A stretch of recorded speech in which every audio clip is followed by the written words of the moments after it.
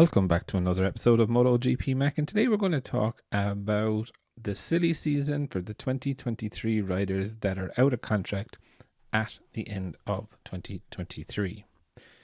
Now, those riders are Franco Morbidelli, Alex Marquez, Fabio De Genova, Johan Zarco, Jorge Martin, Luca Marini, Marco Bezzecchi, and Taka Nakagami. And for me, the linchpin of this merry-go-round is what happens in Pramac Ducati. If Pramac lose Jorge Martin to Yamaha, then we know Franco Morbidelli would more or less be gone. And, you would expect that Ducati, with a factory contract in the Pramac team, would be trying their hardest to get Marco Bezzecchi in there. Now, if Jorge Martin doesn't go, I think Johan Zarco's days could be numbered as a race rider with a factory Ducati contract, as I do believe they will try and bring Bezzecchi there regardless. It will also be interesting if Morbidelli is moved out of Yamaha and there's a space in VR46. Will that automatically go to Franco Morbidelli?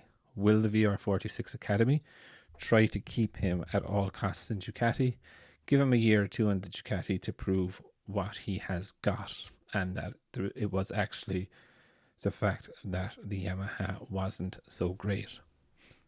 We don't know. For Alex Marquez, I think he will be expected to do a little bit more this year to confirm his seat, but I don't see Gresini trying to move him on. Fabio De Genova, in my view, I think he needs to do more this year than last year. He did surprise a lot of people in Mugello, but he does need to shine a little bit brighter than what he currently is. So if you look at it, I think Marini will be there in VR46 again. Bezzecchi, doubtful that he will be a VR46 Academy or in VR46 Racing next year. And I think also it will depend what's happening in Honda.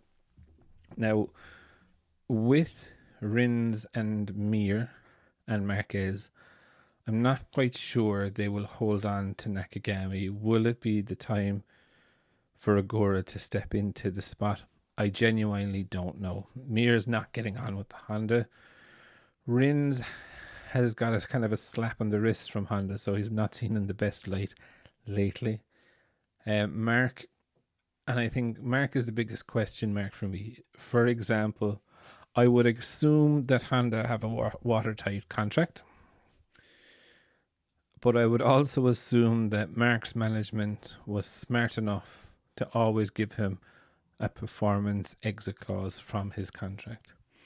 Same could be said with Fabio Quartararo, that his contract, or the new contract that he would have signed, possibly would have given him an out or a performance, etc. If the bike isn't at a certain standard, then he can leave. But I would be surprised if both of them left before the end of their contracts, because realistically, if you look at it, at the end of 2023, there is no factory team available for them to go to, so they would have to go to Pramac Ducati. And this is why I think it is a very interesting concept of what is going to happen with Pramac Ducati. They are, for me, the linchpin. But while doing this video, one of the thoughts that did happen to me was, what happened if Fabio and Marquez ended up at Pramac? What sort of team would that be? Definitely leave your thoughts in the comments below, and I'll be back again tomorrow with another video.